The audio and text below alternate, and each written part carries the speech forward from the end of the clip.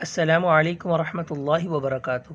Students of 7th class, इस्लामियत की book page number 68 and 69।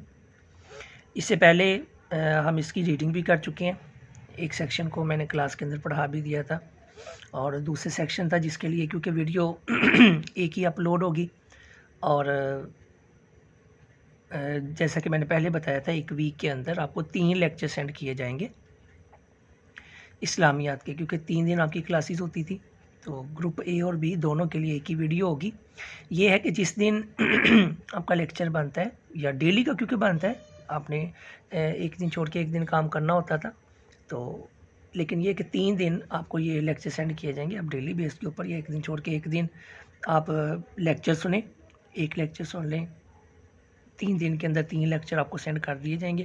तो जिस दिन आपका लेक्चर का डे बनता है आप उस दिन सुने, जो आपको काम दिया गया, जो समझाया गया, जो पढ़ाया गया, उसके बारे में आप जो है ना वो याद करें।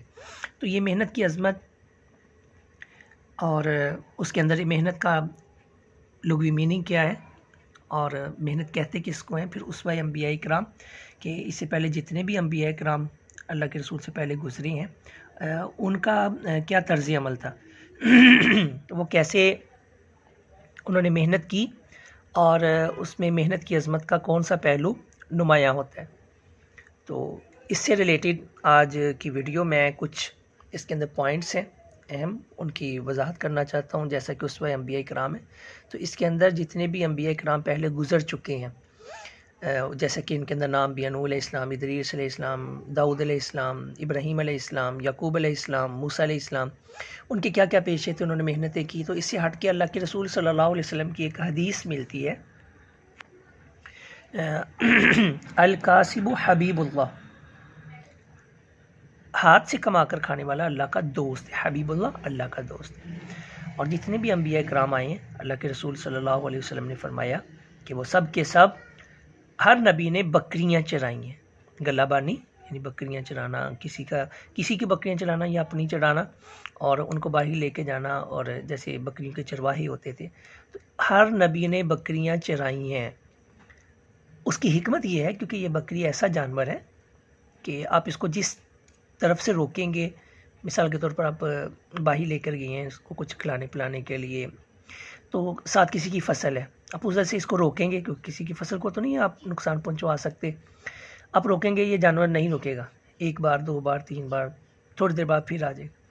तो ये बार बार, ये तो नहीं कि आपने उस बकरी को अब ये कि ज़बह कर देना कि ये अब बाज नहीं आती, मेरी बात नहीं मानती, नहीं, अपनी रोकना है, बार बार रोकना है, बार बार सख्ती भी करनी है, नरमी भी करनी है, समझाना भी है। इसी तरह हर नबी की प्रैक्टिस कह लें, उनकी ये बनाई जाती थी तबीयत कि इस कौम को, जिस कौम की तरफ नबी बना के भेजे जाना है, वो कौम गुनाहों की तरफ आएगी। आप एक दफ़ा रोकेंगे, 2 बार 3 बार, फिर आएंगे, फिर गुनाह करेंगे, तो आपने समझाना है। तो ये उनकी तबीयत जो है ना वो बनाई जाती थी, उनके अंदर ये सब्र तहम्मुल पैदा हो जाए। तो इसलिए उसमें अंबिया करम के अंदर के हर नबी ने बकरियाँ हों, उस वक़्त ये ज़्यादा काम होते थे। आज से रिलेटेड जो भी हो, तो इंसान को मेहनत में कोई ऐब नहीं नज़र आना चाहिए, अपने आप को हकीर नहीं समझना चाहिए कि मैं क्यों करूँ, मैं तो इतना पढ़ गया हूँ, मैं क्यों ये काम करूँ। नहीं, मेहनत में अज़मत है। फिर आगे अल्लाह के रसूल सल्लल्लाहु अलैहि वसल्लम का उसवा हसना था। अल्लाह के रसूल घर के काम खुद कर लिया करते थे, जैसा कि आपने पढ़ा, या सहाबा इकराम के साथ मिलकर खंदक की खुदाई और इसके अलावा मस्जिद के मामलात।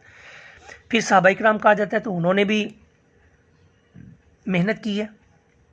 ये चारों खुलाफाए राशिदीन, इनको खुलाफाए राशिदीन का 4 सहाबा इकराम, पहले खलीफा हज़रत अबू बकर सिद्दीक़ रज़ी अल्लाह ताला अन्हु है, दूसरे हज़रत उमर फ़ारूक रज़ी अल्लाह ताला अन्हु है, तीसरे हज़रत उस्मान गनी रज़ी अल्लाह ताला अन्हु है, और चौथे हज़रत अली उल मुर्तज़ा रज़ी अल्लाह ताला अन्हु।